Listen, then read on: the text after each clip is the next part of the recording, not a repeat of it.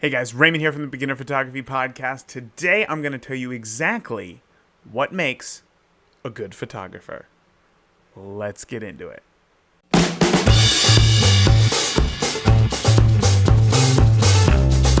Hey guys, thank you so much for being here this week. I know that there are so many things going on, and if you do any sort of paid shoots, you just know that October is just, you're just being slammed right now with it being fall. Everybody wants photos of the leaves changing, and it's just a busy time to be a photographer, so I really appreciate you guys taking time out of your busy schedules, your work, your family, everything to spend this little moment with me.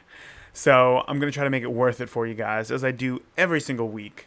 So we're just going to go ahead and get into this, okay? So this week has been, basically, like I just said, it's been a very, very busy month in general. And this past week has been no exception, for sure. So it's been a lot of, as some of you know, we have two kids. We have my son is actually turning 4 next month, which still blows me away to think about. And then we have a 4-month-old daughter. And Parker, my daughter, she wakes up early, and she enjoys being held all day, which means that a lot of times I don't get a ton of work done. So I just wake up now at 3:45 in the morning, just so that I can ensure that I can get some work done before she wakes up.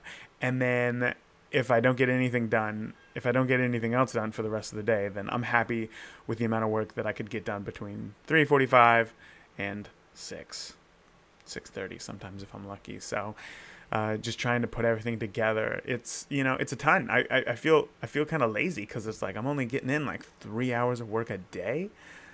Like, what is that? Throughout the day, if I get emails, I'll try to answer them. 9 times out of 10, I get to answer them. But other stuff, just like the maintenance of your website, the updating your website, the upkeep, just the stuff that isn't sexy about being a photographer. That's the stuff that is very meaningful to your work, right? So it's like, if you don't have an up-to-date website, people aren't going to contact you. If people aren't contacting you, you're not going to shoot anything. And if you're not shooting anything, then you're going to go homeless and, broke and poor, and we're going to live in a van down by the river. So, those are the things that, you can't skimp out on. It's necessary, but unfortunately, it's not exactly up to me. It's up to Parker. So trying to get those things done, waking up early, has been a huge help. It's been a huge help.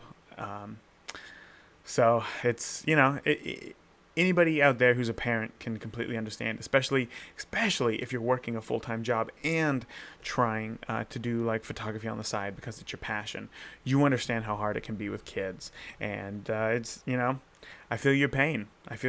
So what happened last weekend? Had an engagement shoot this week that was pretty exciting, even though it got cut a little bit short. I met the couple at a local state park. Again, beautiful. Leaves are changing. You can imagine the scene. Lots of trails, running trails, and very naturey. I go out to this place quite often because it's so nice, and it's very large that I can get like different photos every time that I go out there. It's not like I just show up to the same place, shoot the same poses in the exact same locations in front of the same trees in front of, whatnot. It's so large that every time I go, I get something completely new, and it's great. Like, I love that.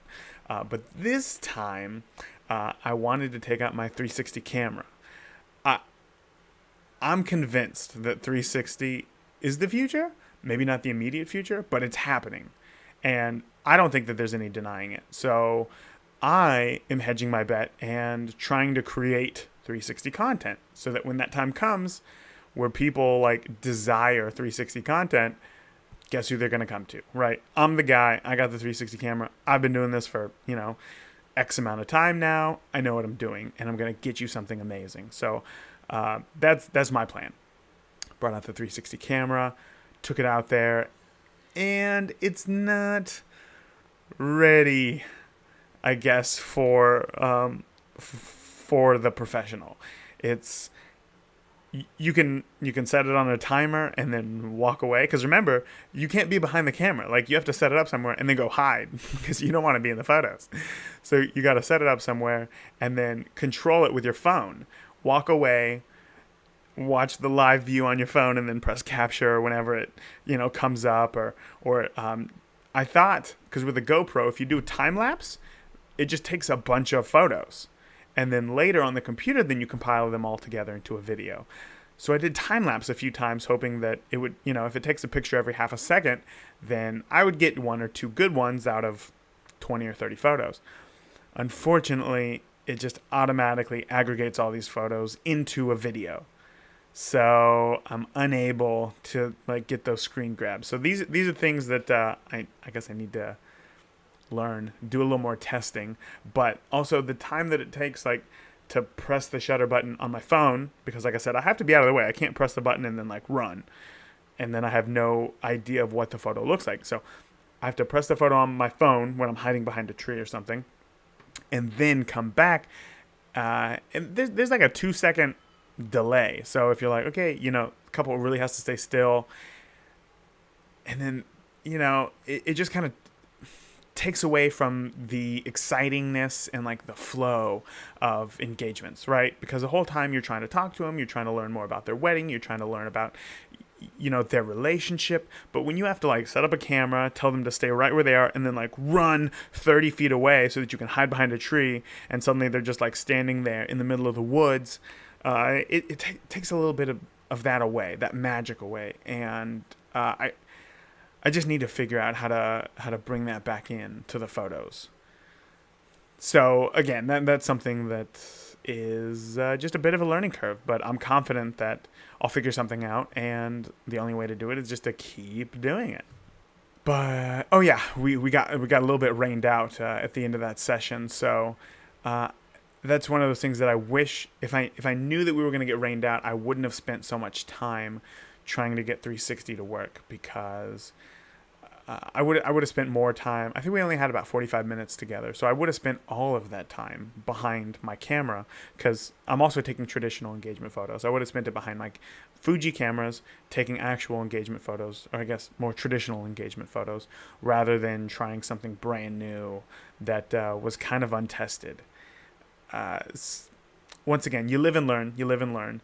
If it gets to the point to where I go through the photos, I look at them, and I'm not happy with what I got or how much I got, I'm going to reach out. I'm going to reach back out to them and say, hey guys, I really appreciate you, giving me the time to test out this new technology, but I didn't get what I needed or what I'm happy with to deliver to you for your engagement photo. So I would love to meet once again.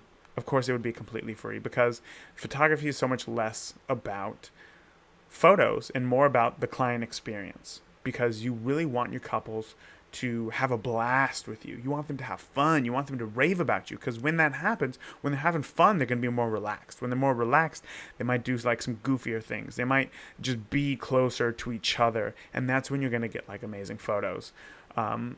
So I might do that once I look through the photos in Lightroom. We'll see what happens. Also, I don't even know how to share 360 videos on my website or anything. So again, something I got to figure out. I got to write that down on my to-dos.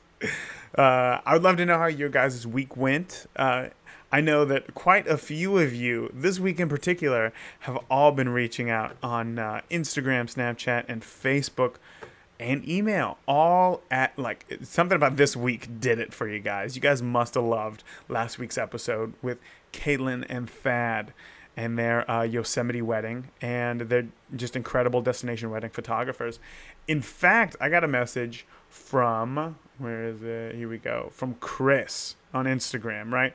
Chris says, hey man, this week's episode was awesome. Ironically, I listened to it on the flight home from Yosemite, where we were lucky enough to witness a wedding at Glacier Point. What are the odds? How cool is that? How awesome is that to go to this wedding and think, because Chris, when you go to these types of weddings, it's just so beautiful that all you can think of is man, this is what I want, at least for me. at least for me. And then to come home and then hear more about it. You're like, this is exactly what just happened to me. This is the coolest thing you can relate. And it is super awesome. So Chris goes on to say, the past few weeks have been really good on the podcast. So keep it up. I'm sure there are a lot of people like myself who also enjoy what you're putting out there for us. Chris, dude, that is so awesome. That is so awesome. Like I just talked about with having kids, sometimes it's tough to put out these episodes. But in the end, this is what makes it worth it. Like this, the reason why Callum and I wanted to start this podcast is that we wanted to help beginners. Like once we realized, it's not all about having the best camera. It's not all about, having 1 million fans on Facebook. That is not what being a photographer is. Like there's so much more to it. We wanted to educate you, the listeners, and kind of give you a shortcut, like to where we are today. And that message, keep it up. There's a lot of people like myself who are enjoying what you're putting out there for us. That does it, man. That is it. That is exactly why we're doing this. I am so happy, Chris, that you got a lot of value out of not only last week's podcast, but the past few weeks as well. So thank you so much for reaching out. Unfortunately, it took listening to a podcast about a Yosemite wedding when he just left a wedding in Yosemite to reach out to us. And because it was that like connection all of a sudden that we had to each other that led Chris to reach out to us. So if, maybe you haven't been to a wedding in Yosemite, maybe you haven't, had a destination wedding or anything like that. Don't let that stop you from reaching out and, letting me know if the podcast is helping you, how the podcast could be better for you, or just saying, hey man, I like this. I didn't like that. You rock. Keep going. I would so appreciate that. That is why I keep doing this. We don't have any sort of members section. Like we're not making any money off this. Like this is a passion project. And to know that other people out there like you are really enjoying it, that's my oxygen right there. That's my oxygen. I need that. I really appreciate that. So Chris, again, man, thank you so much. Next, if you guys, I know that I talked about this last week on the podcast, I've started doing daily words of wisdom on the Beginner Photo podcast Instagram stories, right? So if you guys aren't following me on Instagram, highly recommend it. Our Instagram username is Beginner Photo Podcast, all one word, no underscores or anything like that. And this week alone, I've had several people reach out and let me know how, cool these daily words of wisdom have been to them, because it's just, I have a daily calendar, like those word of the day calendars, and basically it just has a little snippet of something, and then I relate that to photography and you. A lot of times yesterday, a day before yesterday, I guess, the daily word of wisdom was, if you're gonna make a mess, make it count. Like, what does that have to do with photography, right? So I take these words of wisdom and I bring them into your photography business, because I think that looking at everything from different angles is super important, not only just in life, but to get you where you want to go in your photography. So that is why I'm doing this. People have been killing it. They've been so loving these things. They've been looking forward to the next day when they come out. On the weekend, there's only one, for the whole weekend. So I've had people on Sunday be like, where's the wisdom today? So sorry, it's only one for the weekend, so you're going to have to wait till tomorrow. But Jennifer, in particular, she reached out. She said that she is loving the daily words of wisdom. It has been super cool for her. And Jennifer, like I said, you're not alone. A lot of people are really enjoying them. And once again, thank you for taking time, out of everything that you got going on. From shooting, you shoot quite a bit, and your family life, just to watch me for 3 minutes a day. That's awesome. That means everything. Thank you. Thank you again so much. Lastly, this kind of turned into a shout out session. This is so cool. We got an email from Daniel. Okay. And Daniel is saying that he's been listening avidly for about a week to the podcast, and he started from the beginning. He's now up to episode 15, and he definitely feels that, he says, I definitely feel that your guys' advice and instruction on simple principles has really helped me get a grasp on basic photography or photo taking concepts, as he's just starting the hobby. So Daniel, yeah, it's so cool that you went back and started from the beginning. when it comes to podcasts, I feel like it's like a TV show. Like, you just kind of start watching, okay, I'll just start here. This is where we're at. So to go back from the beginning to watch the last that's 15 hours. That's 15 hours that I have invaded your ears. And all I can say is thank you. Thank you for letting me do that. It's so good that, you're getting some sort of value out of the podcast to get a grasp on these basic photo principles, because really a lot of times, when I first started out looking at Pinterest, looking at, all these blogs, they assume that you have some sort of idea of what you're talking about, and then they just build on top of that instead of going back to the basics and then starting from the beginning. So I'm glad that we could help you out. I'm glad that we could help you out, Daniel. I cannot wait to see. You just started posting some photos from your DSLR on Instagram as well, and they're looking good. They're looking good. So I know that the future is going to be super cool for you, just going out and having fun. That's what it's all about. So, guys, we are going to get into this podcast, and this podcast kind of stems from a shout out. Okay, so this week on my on our Instagram stories, where we do our daily words of wisdom, I was talking about how much gear doesn't matter. And I know that you've heard me talk about this on the podcast before. It doesn't, right? It doesn't matter. There's so many things that you should be focused on other than your gear. Gear should never hold you back from taking the photo that you want to take. Don't think that because you have an entry-level camera, that you got it at Walmart, that you got it at Costco, that you got it at Target, that you got it on Craigslist, that you got it on eBay, that it's subpar. You can't think that. You can't have that mentality. Don't let that make you think that you're a bad photographer, okay? So I got this message on Instagram through our Instagram story from Lorena. Okay, Lorena says, what, in your opinion, makes a good photographer if it's not the gear? Is it being able to capture great shots? Is it knowing how to transform a photo in Lightroom or Photoshop? Is it knowing how to direct your clients? What is it? Help me out. I was kind of speechless. I stopped and I thought, I talk so much about how the gear doesn't matter to be a good photographer that I haven't talked about what it is that does make you a photographer, that does make you a good photographer, rather. And obviously, if Lorena's having this confusion, I'm sure that there's hundreds of you out there who are having the same amount of confusion. So I thought that it would be really good to take this week's episode that was supposed to come out today, push it till next week, and just talk about what it is that makes you a good photographer, because I really think that it ties incredibly well into next week's episode. So this is a bit of a forward to next week's episode. It's just going to be me. So what is it that makes you a good photographer if it's not the gear? So many things, right? She mentions, is it knowing how to transform a photo in Lightroom or Photoshop? Photoshop doesn't really mean anything. Being really good at Photoshop doesn't really mean anything if you're just a sports photographer, right? Sports photographers, it's all about the action. They're going to get it right in camera because sports photography is new. Sports photography, you got to get it out right that second. So you don't have time to edit these things. You just don't.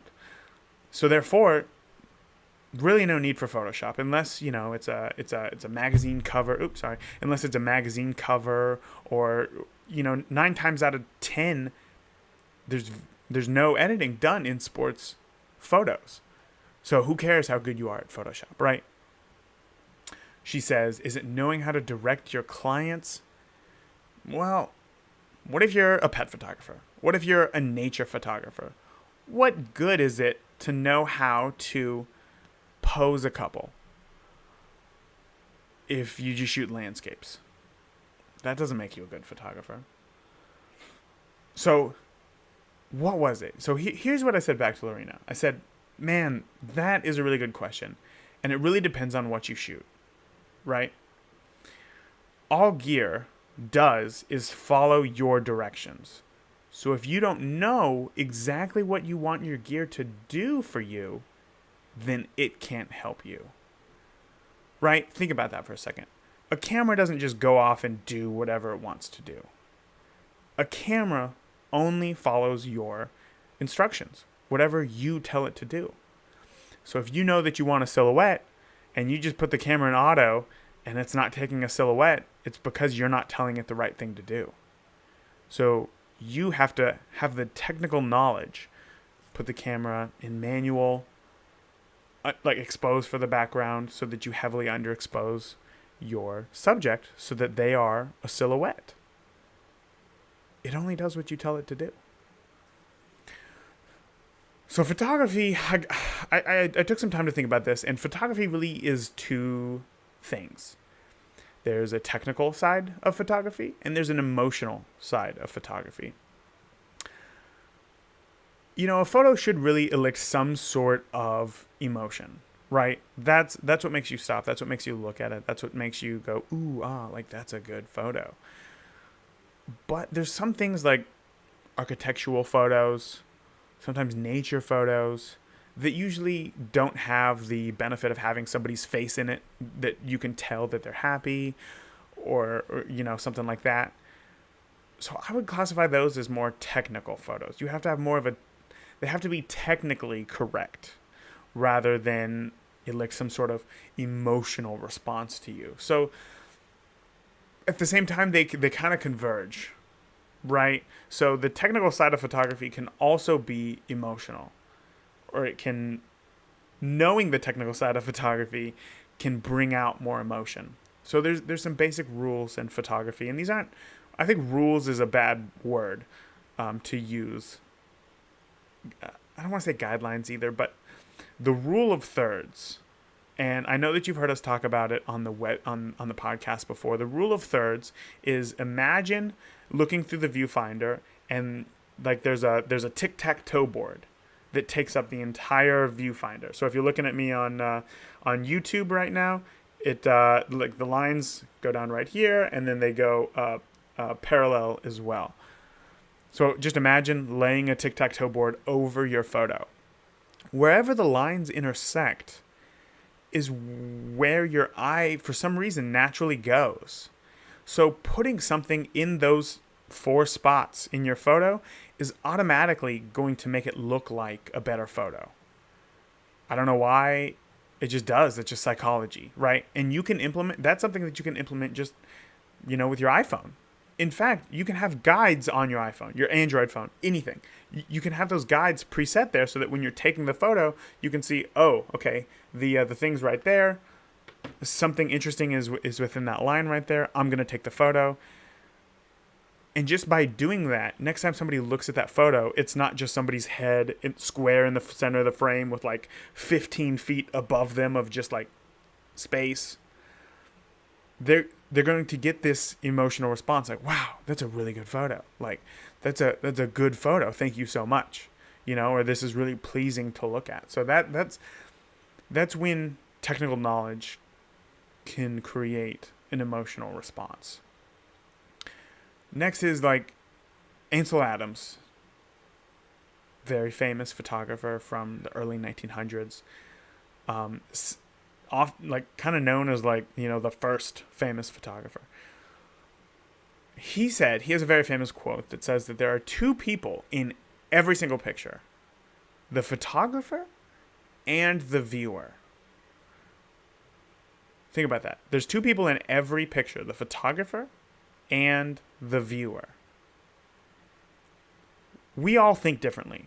Everybody thinks differently than everybody else. That's why we're individuals. That's why my room is blue and you might hate blue. Maybe your room's green or just white. Maybe you just don't care about the paint on the walls, right? Otherwise, everybody would just live in a box, you know, very bare bones. There'd be no flair, right, in life. So when I'm out taking a photo, I'm taking photos of what I like. I'm taking photo like I really like him standing right there in front of the window, turning his head a little bit so that he gets some nice light that gives a good evenly lit face, right? I really like that. I'm going to place him right there. I'm going to take the shot. Ooh, I like it. Okay.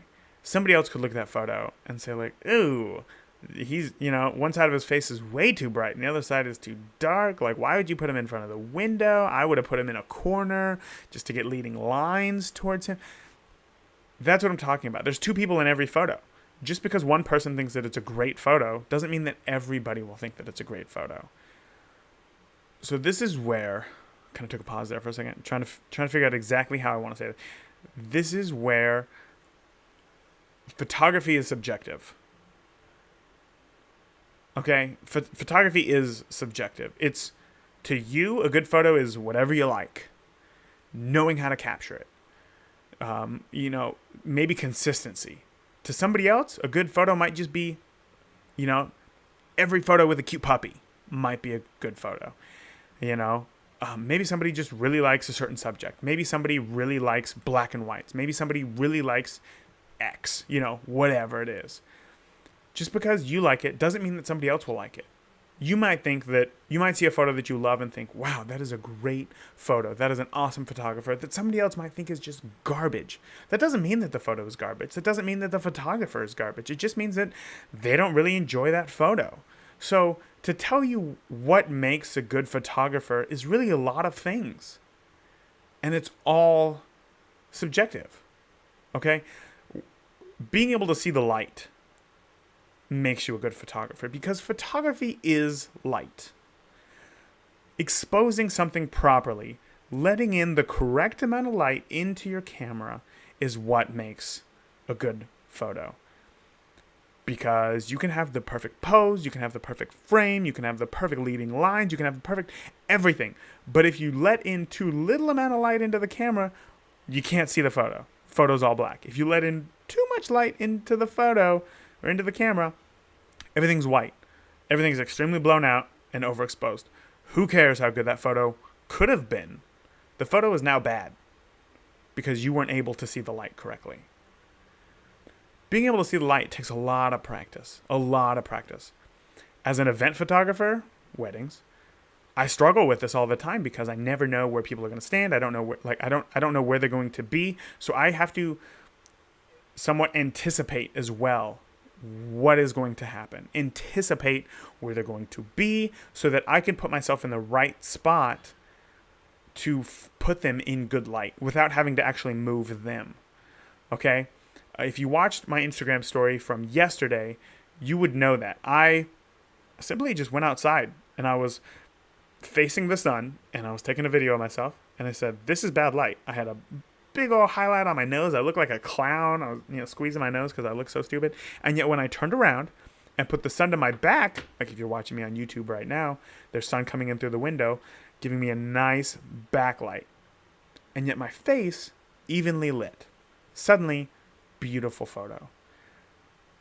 I could have just looked into the camera kind of bored. But because I was evenly lit and I had a nice backlight, outlining my face, it took that photo a step up. And yet when I turned back and had the sun face me, where I had this really, I looked splotchy with the light, my nose was all lit up even though I had a hat on, my eyes were in the shade, I put on this nice big smile, tried to look good, and yet didn't save the photo. It didn't save the photo. So being able to see the light is really important to making a good photo. Going back to anticipation, right? Anticipation only makes a good photo because it's the moment that you're trying to capture. Just sitting there knowing that something's going to happen at one point doesn't make any photo good if nothing good is happening. So what makes a photo good is, a hug from grandma, a baby's laugh, right? Being in the right place at the right time doesn't mean that it's luck. It doesn't mean that it's up to chance. It means that you see a baby and you see that, hey, they're kind of funny, they're kind of laughing. You want a photo of that baby laughing. So you try to find a spot to where maybe you get something in the foreground, or you don't even want the foreground. You just want the baby's face and grandma's face as well. So how are you going to get that? You're going to get that from the side. You're going to wait until grandma bends down, gets right in the baby's face, says, "Who's so cute?" And then suddenly the baby just lights up with joy, right? And then you take the photo. And now that photo is automatically going to be better just because like it's a really good emotion. Baby's laughing, that's so cute. Grandma interacting with the baby, also cute. Again, you got to take the knowledge that you just learned in the past as well. You got to know your lighting. You got to see what's good. However, this is where it gets tricky because it's all subjective. The moment always trumps everything. If you get that picture of a baby laughing, a grandma tickling a baby, and it's just like a really good emotion, I'm not going to care what the sun looks like on them. No matter if it's just like harsh and weird and like really makes their nose highlighted and their ears, I don't care. I'm going to deliver that photo because that is going to, bring up this emotional response that is just like, oh, that's so cute. Like, I love this photo, because those are the things that, you wish that you could capture that sometimes as a parent you can't. But at the same time, photography is an art, and like any art, the tools matter less, right? We have this big obsession with gear because it's cool, it's cool. It's upgrading all the time. We see all these great photos coming out of these, flagship cameras. And yet, like, if you just kind of rewind the tape 100 years, 500 years, I don't know when Rembrandt was alive, but Rembrandt is known as like one of the best painters in the world. He has multiple photos in the Smithsonian Gallery of Art because they're just iconic. They're just great, incredible photos. He did two things. He saw the light, and he got great emotion. In fact, he saw the light so well that still today in photography, there's a term called Rembrandt lighting. Because his paintings were just that good. And you know what? Nobody, not one person who I've ever heard talk about Rembrandt has ever been like, yeah, but I bet he couldn't get that painting if he had a 40-cent paintbrush down from Walmart. He's like, I'm sure that it was only because he had that $1,000 paintbrush that is made out of camel hair and, a mahogany handle with curves exactly to his hand. Nobody ever says that. Because it doesn't matter. It matters a little bit, okay? So, this is where it gets tough. Because it matters a little bit. Depending on what type of brush he had, maybe could have, there's bigger brushes, there's smaller brushes. The hair on the brushes could bring out different textures. But at its core, he wasn't like saving up for that next new brush. He didn't bring up what brushes he used. It came down to his skill and his talent and what he knew. He knew what he wanted to achieve, and he used his gear to help him do that. He was telling his gear, his paintbrushes, exactly what to do, and they would do it. So sure, maybe he couldn't have made all of his paintings with just, one single brush, but he knew what his gear could do for him. He knew what each paintbrush could do for him. And that is how he used them to better his paintings. You need to do the same thing with your camera. I don't care if it's like a 5-year-old camera. I don't care if it's a 10-year-old camera. Get out there and shoot. Shoot whatever it is that you like. Okay? Get your photos critiqued. Go onto Reddit. Go to reddit.com/r/photo critique. Upload one of your photos. Now, a little disclaimer, it can be kind of harsh in there because there's a wide range of people. But if not, what I'm trying to get at is like, don't just go to your mom. Don't just go to, your spouse or your friends and say, what do you think about this photo? Because they're going to be kind of biased. They're going to tell you that it's a good photo because they like you. And they're really happy that you're doing something that, you really enjoy. Sometimes, though, you have to get out there and have somebody else look at your work. Just get a third-party review who takes you out of the equation, who is just looking at the photo. Okay? Whatever critique they give you, that is how you're going to grow. Whatever critique you give yourself, that is how you're going to grow.